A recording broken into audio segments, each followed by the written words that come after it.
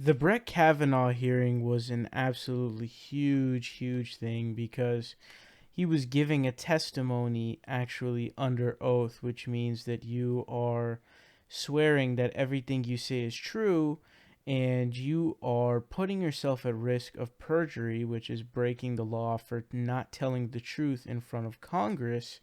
So you are putting yourself at risk of, perjury, of breaking the law. So this is something super interesting that I had not seen until now. So there were two classmates of Brett Kavanaugh who had came out after the hearings happened and have both contested the idea that Brett Kavanaugh said he had a weak stomach. He also said that he was not an excess drinker. It was just that he liked beer, but he had every, on weekends mostly and every once in a while and that kind of thing. So first, what we're going to be looking at here, this one is from, because we're going to be looking at two of these. So this one, her name is Lynne Brooks. She was a classmate of Brett Kavanaugh's while at Yale, and she is going to contest the idea and the assertion that Brett Kavanaugh was not a heavy drinker. Lynne joins me now by phone. Lynne, can you hear me? I can, Chris. Thanks. Lynne, full disclosure, we've spoken before. I wanted you to come on. You said you didn't want to, weren't comfortable with it, too much pressure. But then you watched today and you changed your mind. Why? I'll tell you, Chris, I watched the whole hearing, and a number of my Yale colleagues and I were extremely disappointed in Brett Kavanaugh's characterization of himself and the way that he evaded his excessive drinking questions. There is no doubt in my mind that while at Yale, he was a big partier, often drank to excess, and there had to be a number of nights where he does not remember. In fact, I was witness to the night that he got tapped into that fraternity, and he was stumbling drunk in a ridiculous costume, saying really dumb things. And I can almost guarantee that there's no way that he remembers that night. And it's unfair that he kept flipping the questions to, but I studied real hard, but I played sports. All of us in that circle played sports. In fact, both Liz Swisher and I played two sports. We were on varsity in both sports and were starters. And drinking to excess was the big thing on Saturday night. So it wasn't every night, it was one night. And it's just really disappointing. There were a lot of emails and a lot of texts flying around about how he was lying to the Senate Judiciary Committee today. All right, so Lynne, let's give him the benefit of all possible doubt, right? Let's take the lowest minimum standard of what he has to own. What if he says, I was only talking about in high school. In college, it was totally different. Then I blacked out all the time. I drank to excess all the time. I shouldn't have done it. But in high school, never. Would you believe that? You weren't with him in high school. No, but the Ralph Club, the 100 kegs, those aren't, and weak stomach, that's not a weak stomach question. Those are, look, I don't have anything in my yearbook, but if I had stuff in my yearbook, it would be about partying. So when you heard that today, you felt that the picture that he painted of himself is false. I felt when I saw his Fox News interview that that picture was false. He then took that testimony and submitted it as is in the record to the Judiciary Committee. And I thought today that he evaded questions and he kept trying to turn the question around to, but I studied really hard. Well, you know what? I studied hard, too. I went to Wharton Business School. I did very well at Yale. I also drank to excess many nights with Brett Kavanaugh. The two things are not mutually exclusive. Now, Chris Dudley of Yale and NBA fame, or certainly he's known for playing in the NBA, he painted a different picture of Kavanaugh. He was a high-integrity character judge for Judge Kavanaugh. What do you make of his assessment? Why so different from yours? Well, I can tell you I didn't go to as many parties with Chris Dudley, but I do remember one party in particular where both Brett and Chris Dudley were very drunk.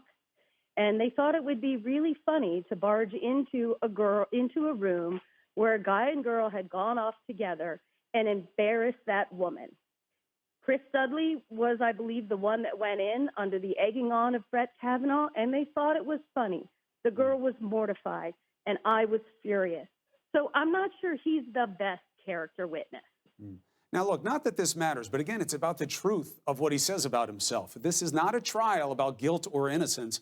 It's a job interview. It's a credibility measurement for the highest integrity position we have. And I have to tell you, I don't believe it's disqualifying to have partied in high school or in college. But him telling the truth about himself is a more relevant standard. Was Brett Kavanaugh known at Yale as a virgin?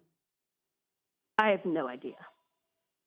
I just want to know, because that's something he points out about himself that I know, having gone to the same school. And it's not so big a school. It's got a big name, but it's not that big a community. It's pretty small. It's the kind of thing that would have been known. So at the end of the day, when you heard Christine Ford and what she accused Brett Kavanaugh of, you have never said to me or anything I've read from you that you saw him as being that kind of person. So what do you want people to know about the range of assessment that's being made about him?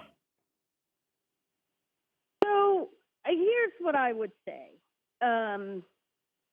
That I agree with you. I don't think a person should go on trial for drinking in either high school or college, and I did both. But I will say it is about the truth. And then I will say this about lying. Lying is never good, it is never appropriate, and it always comes with consequences.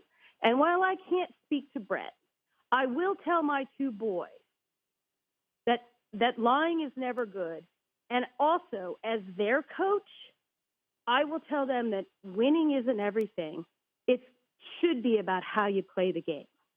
And that's, I think, why many athletes at Yale were incredibly disappointed with the performance today. And quite frankly, the blatant lying. Also important to note, you're a Republican, yes? I am a Republican. And Brett Kavanaugh is somebody that you regard, in terms of his intellectual success, his intellectual capacity, and what he's done on the bench, you see those as very meritorious things in his pedigree, yes? Yes. All right. I just wanted to be clear about the balance of your assessment. Lynne Brooks, I told you not to wait when I spoke to you before. I told you if you waited too long, it gets harder to make an impact on this process. So this is really, really interesting, because this is someone with clear firsthand knowledge of the situation. She says that the assertion or the description of Brett Kavanaugh, which is that, oh, you know, he wasn't a big drinker. He did it every once in a while. He drank, and that was sort of it. He wasn't a heavy drinker. He never drank to excess. She completely contests that 100%, you know, 1,000, 1,000,000,000%, saying that no, he was indeed actually someone who was a drinker to excess on massive amounts of occasions to a massive degree. That is what he did. And this one is specifically credible for multiple reasons. So first of all, it's very clear that she came out because he was lying under oath about the description made, but also she's literally a Republican. She's actually a Republican, so she's a conservative. So what kind of a motive could she have as a Republican conservative to want to be advancing the agenda of the Democratic Party? Because she's part of the Republican Party. She's someone who's conservative. So automatically you slice off the idea that she's some kind of Democratic operative of some weird conspiracy theory about that. But come on, man. Like this, the description that she gave, especially of the specific incident in which she said that basically him and his friend got extremely drunk to the point where, you know, they were essentially, you know, sloppy drunk and unable to really understand what the fuck they were doing. That they went into basically a room of two people fucking, and, you know, they thought it was funny that they went in and saw that. I mean, how could you possibly hear that and then not believe the multiple accusations that have been made? And when they say that they don't know about any of those things happening, that doesn't mean that they didn't happen. That just means that they don't have any firsthand evidence of those things actually happening.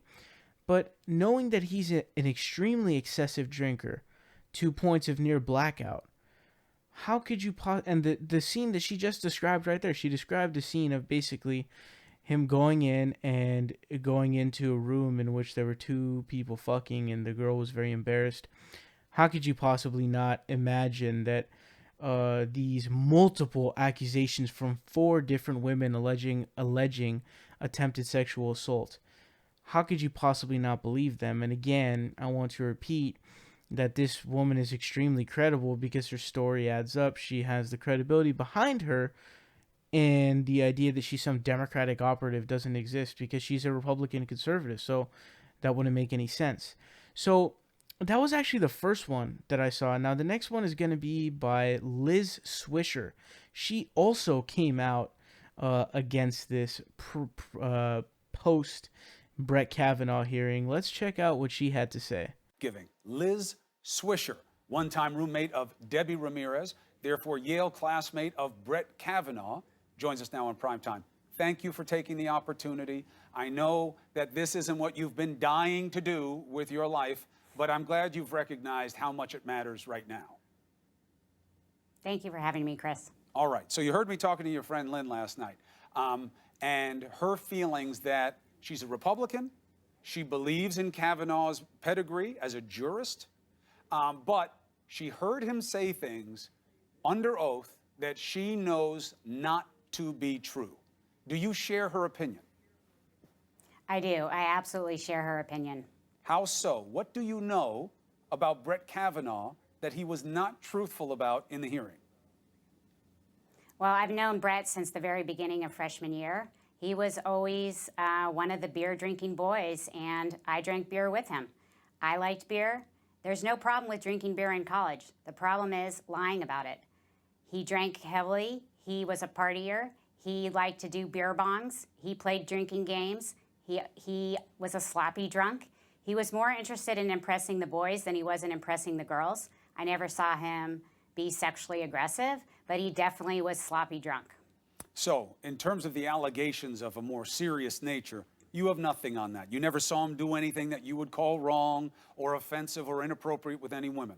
Good to note, out of fairness. However, his description of himself as, certainly in high school, I was about my church programs, going to church, studying, being number one, doing my sports teams. I didn't have sex in high school, didn't have sex for many years after that. Loved beer, but that's it, nothing to excess. You don't buy it. I don't buy it. I didn't, that's not the Brett I knew as soon as I met him in college. It's not the Brett I saw during 4 years at Yale.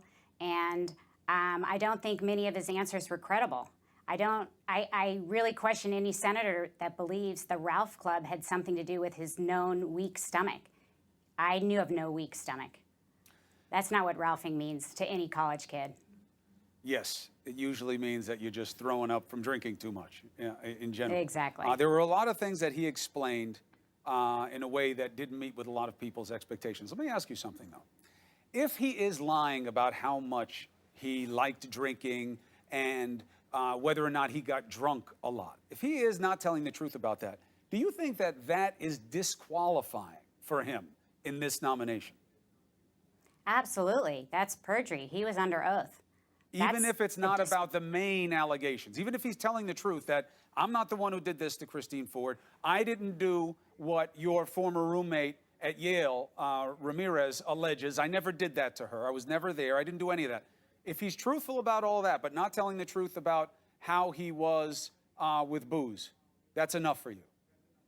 That's enough for me. If he had said, I would have stayed on the sidelines if he had said, I drank to excess in high school. I drank to excess in college. I did some stupid things, but I never sexually assaulted anybody.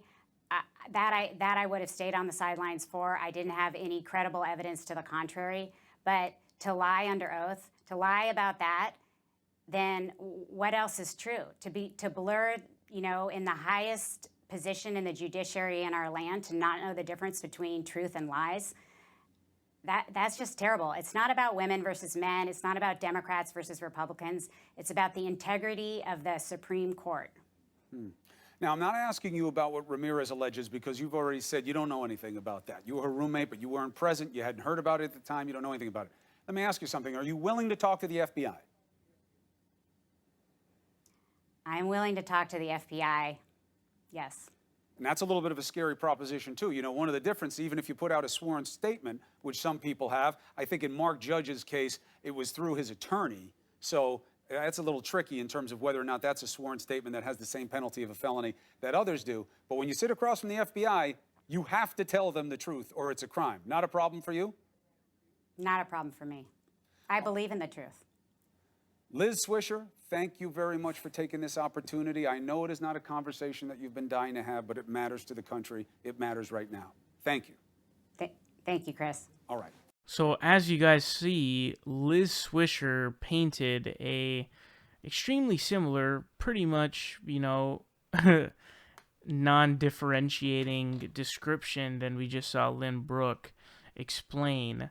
So what you clearly see is a consistency of this image of him, where they give these specific stories about him, especially, about him getting smacked up drunk and saying that there must have been, times and days that they didn't remember the next day because they they got smacked up drunk to an extreme degree. So this is something super interesting because should the Supreme Court nominee be accepted to the Supreme Court if we know for a fact that they lied under oath, breaking the law? Because this is something that is breaking the law. If you lie in front of Congress under oath, that is perjury. That means that you are breaking the law. So this is something that is a sworn testimony, and so it's something that's pretty crazy, honestly. And we know about Mark Judge, of course, and all the crazy shit that he did, and he's super shady. He's hiding right now. He's trying to run away from this whole thing. But man, this is something that's really crazy, and if you don't believe the 4 different women who have come forward, that is pretty insane. That is definitely pretty insane to me.